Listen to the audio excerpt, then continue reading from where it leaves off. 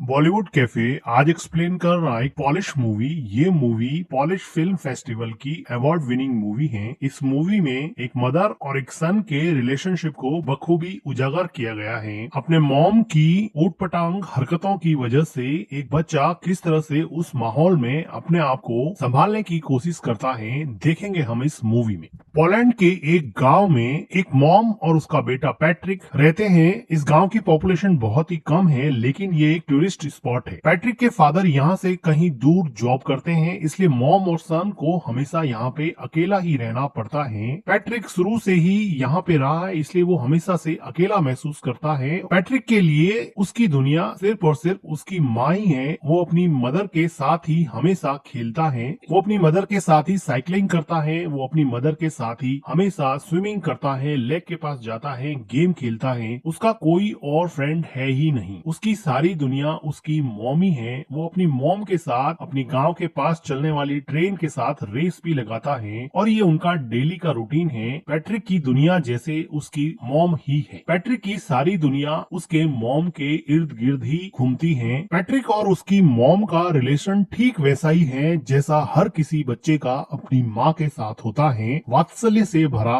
और प्यार से भरपूर इस रिलेशनशिप में किसी और की कोई जगह नहीं थी। लेकिन पैट्रिक की जिंदगी में खलबली तब मच गई जब इस गांव में आसपास के सभी लोग समर वेकेशन की वजह से अपने बच्चों को लेकर पिकनिक मनाने आने लगे और अपना समर वेकेशन व्यतीत करने के लिए यहाँ पे रुकने लगे। पैट्रिक तो किसी से भी क्लोज यहाँ पे हो ही नहीं पाया, क्योंकि वो शुरू से ही अकेला रहा था। उसको किसी से फ्रेंडशिप करने में भी बहुत प्रॉब्लम होती है। लेकिन वो देखता है कि उसकी माँ अब रात को रोज घर से बाहर जाने लगी है। पैट्रिक ने शुरुआत में इन सब चीजों से कोई रिएक्ट नहीं किया। पैट्रिक की मॉम को रोज शाम को एक कॉल आता और वो पैट्रिक को घर में अकेला छोड़ के ही चली जाती। पैट्रिक काफी देर तक इंतजार करता। कभी उसकी मॉम रात को घर लौटती नहीं थी और कभी देर रात को लौटती थी। वो थोड़ा सा टाइम पैट्रिक के साथ स्पेंड करती थी, लेकिन पैट्रिक को कल का बहाना देकर कि कल मैं तुम्हारे साथ पूरा दिन व्यतीत करूंगी और पैट्रिक को अकेला छोड़ देती। धीरे धीरे पैट्रिक अकेलेपन की वजह से एंजाइटी और डिप्रेशन का शिकार होने लगा। वो अपने अकेलेपन से कोप अप नहीं कर पा रहा था, क्योंकि उसके कोई फ्रेंड भी नहीं थे। अगले दिन वो देखता है कि उसके पड़ोस में कोई नई लड़की आई है जो शायद अपना समर वेकेशन यहाँ बिताने के लिए पास में रहने लगी है। पैट्रिक उस लड़की से दोस्ती करने की कोशिश करता है, लेकिन टिपिकल टीनेजर की तरह वो लड़की उसको कोई रेस्पॉन्स नहीं देती है। अगले दिन पैट्रिक की मॉम जब फिर से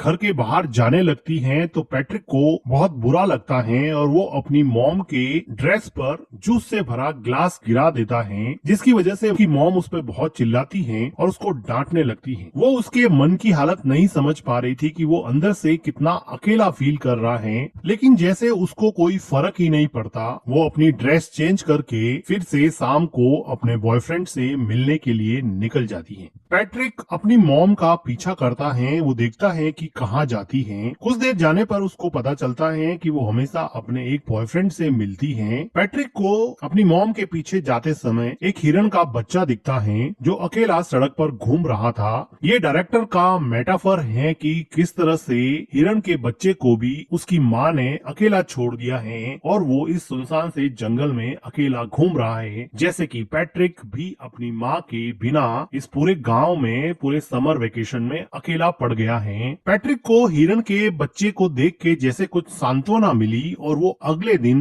नए दोस्त बनाने के लिए तैयार हो गया। वो पास में आई लड़की माइका से बात करने लगा और थोड़ी देर एक दूसरे से बात करने के बाद में वो दोनों एक दूसरे के दोस्त बन गए। माइका बताती है कि उसके पेरेंट्स का डिवोर्स हो चुका है। वो खुद भी बहुत अकेला महसूस करती है। अब माइका और पैट्रिक में काफी दोस्ती हो जाती है और अब पैट्रिक वो सारी एक्टिविटीज जो अपनी माँ के साथ किया करता था, साइकिलिंग करना, स्विमिंग करना और लेक के पास बैठ के टाइम स्पेंड करना, ये सारी चीजें अब वो माइका के साथ करने लगा। उसको माइका के साथ अब मजा आने लगा और अब वो अपने लोनलीनेस को और एंजाइटी को थोड़ा कम कर सकता है और अपना पेन माइका के साथ शेयर कर सकता है। उसको अभी अपने मॉम की कमी कम खलने लगी थी। अगले दिन पैट्रिक के घर पे वो लेडी आती है जिसके हस्बैंड के साथ पैट्रिक की मॉम का अफेयर चल रहा होता है। वो पैट्रिक को तो कुछ कह नहीं पाती है और उसकी मॉम उसके घर पे नहीं होती है हैं तो अकेली बैठ के वो बहुत रोती हैं। पैट्रिक एक वेल बिहेव बॉय की तरह उसको कुछ खाने को देता है। उसी शाम को पैट्रिक के डैड का कॉल आता है और पैट्रिक की मॉम उसके डैड से बात करते हैं। तो पैट्रिक की मॉम पैट्रिक को कहती हैं कि तुम अपने डैड को मेरे अफेयर के बारे में कुछ नहीं बताओगे, मैं तुम्हें वार्न करती हूँ। वो उससे कसम लेती है कि तुम अपने डैड को मेरे अफेयर के बारे में कुछ नहीं बताओगे। पैट्रिक कसम देता है कि मैं अपने डैड को आपके अफेयर के बारे में कुछ नहीं बताऊंगा। पैट्रिक को लगा कि ये बात मानने से उसकी मॉम उसके साथ ज्यादा टाइम स्पेंड करेगी, लेकिन उसकी मॉम को कोई फर्क नहीं पड़ने वाला था। पैट्रिक अब इतना परेशान हो चुका था कि वो मेन डोर की कीज भी छुपाने लगा। वो अपनी मॉम को जाने से रोकने लगा, लेकिन उसकी मॉम उसको मार के उससे लड़ झगड़ के भी अपने बॉयफ्रेंड से मिलने जाती थी। पैट्रिक चाहे अकेला बैठ के कितना भी परेशान हो, उसको जैसे कोई फर्क ही नहीं पड़ता। पैट्रिक के लिए अब एकमात्र सहारा उसकी नई नई दोस्त माइका थी, जिसके साथ वो काफी टाइम स्पेंड किया करता था और यहाँ के पिकनिक स्पॉट लेक में स्विम करता और वहाँ पर गेम खेलता। लेकिन उसकी ये खुशी ज्यादा दिन चलने वाली नहीं थी, क्योंकि माइका को यहाँ पर एक उनकी उम्र से काफी बड़ा लड़का परेशान कर रहा था। ऐसा लग रहा था कि माइका इस लड़के से बहुत डरती है।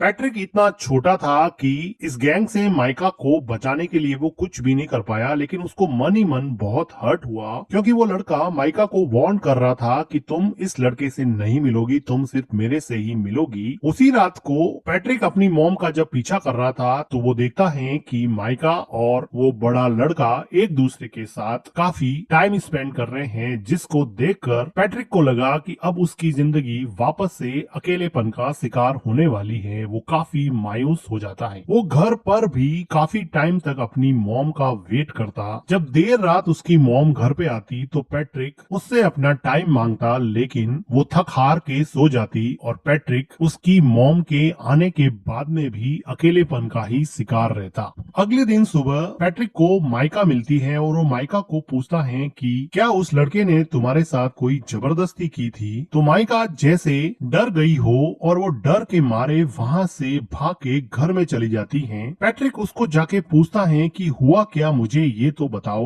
वो बिना कुछ बोले ही रोने लग जाती है। पैट्रिक को ऐसा लगता है कि उसके साथ जबरदस्ती की गई है। वो दौड़ के जाता है और उन लड़कों के ग्रुप में उस लड़के पे अटैक करता है, लेकिन एक छोटा बच्चा उससे कैसे लड़ेगा और वो बड़ा लड़का पैट्रिक को ओवर पावर कर देता है और पैट्रिक यहाँ पे कुछ नहीं कर पाता। थोड़ी देर बाद में माइका वापस पैट्रिक के पास आती है और उसको समझाने की कोशिश करती है कि हम दोनों अच्छे दोस्त बन सकते हैं, तुम इतना हर्ट क्यों हो गए हो। लेकिन पैट्रिक को डीप डाउन कहीं पे हर्ट हो गया था। वो वापस से माइका से बात ही नहीं करना चाहता था, क्योंकि वो ऑलरेडी अपनी मॉम से बहुत ज्यादा हर्ट था और जब माइका ने भी उसे हर्ट किया तो वो इमोशनली वायलेंट हो गया और वो अपने इमोशन को कंट्रोल नहीं कर पा रहा था। अपने गुस्से को, अपने फ्रस्ट्रेशन को माइका के ऊपर निकाल दिया और माइका को उल्टा सीधा बोला, जिसकी वजह से अब माइका को वापस हर्ट हुआ और अब माइका वहाँ से चली जाती है। पैट्रिक को बिल्कुल समझ में नहीं आ रहा था, क्योंकि वो छोटा सा बच्चा था, उसको समझ नहीं आ रहा था कि इन सब सिचुएशन से कैसे निकले। उसकी मॉम उसको बिल्कुल भी सपोर्ट नहीं करती थी, ना उसको गाइड करती थी। उसके आसपास कोई भी पेरेंटल गाइडेंस नहीं होने की वजह से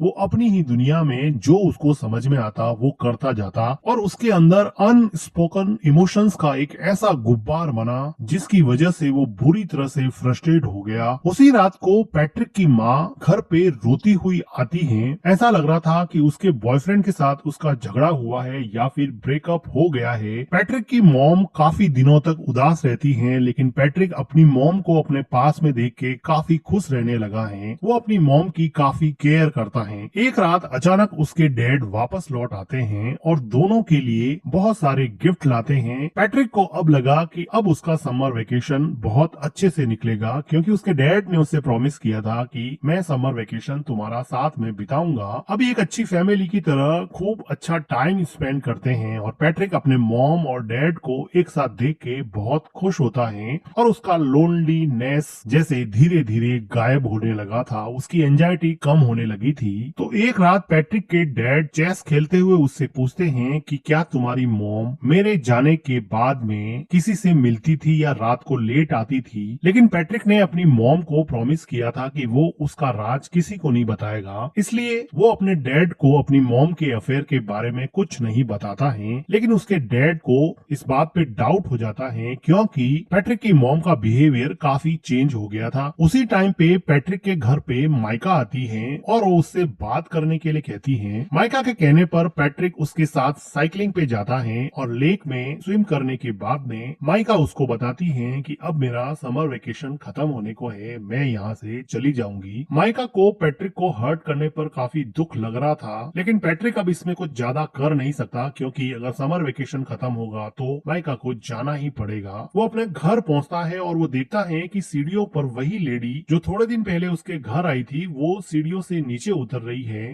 वो अंदर जाके देख रहा है कि उसके डैड बाथरूम में बैठे बैठे रो रहे हैं। उसको समझ में आ जाता है कि उस लेडी ने उसकी मॉम के अफेयर के बारे में उसके डैड को बता दिया है, क्योंकि उस लेडी के हस्बैंड के साथ ही उसकी मॉम का अफेयर चल रहा था। तो इस बात से दुखी होके उसके डैड ने अब ये डिसाइड किया है कि अब वो यहाँ नहीं रहेंगे और वापस जॉब करने चले जाएंगे और शायद कभी वापस नहीं आएंगे। पैट्रिक की मॉम पैट्रिक के डैड को समझाने की कोशिश करती है, लेकिन जब आप रिश्तों की बुनियाद विश्वास को ही हिला देते हैं, ट्रस्ट को ही खत्म कर देते हैं, तो किसी भी इंसान को रोकना लगभग नामुमकिन सा हो जाता है। पैट्रिक के डैड अब यहाँ से चले जाते हैं। समर वेकेशन खत्म हो जाता है। अब पैट्रिक को स्कूल जाना होता है। पैट्रिक की मॉम पैट्रिक को तैयार करके स्कूल छोड़ने जाती है। वो दोनों सड़क पर चल रहे हैं, दोनों एक दूसरे से बात भी नहीं कर रहे। पैट्रिक को अपनी मॉम पे बहुत गुस्सा है क्योंकि उसकी मॉम की वजह से उसके डैड उसको छोड़ के चले गए। उसके सेल्फिश बिहेवियर की वजह से वो किसी से घुल मिल नहीं पाया। वो मेंटली इतना ब्लॉक हो गया कि दूसरे बच्चों से बात भी नहीं कर पाता था और ना ही उसको अपनी मॉम का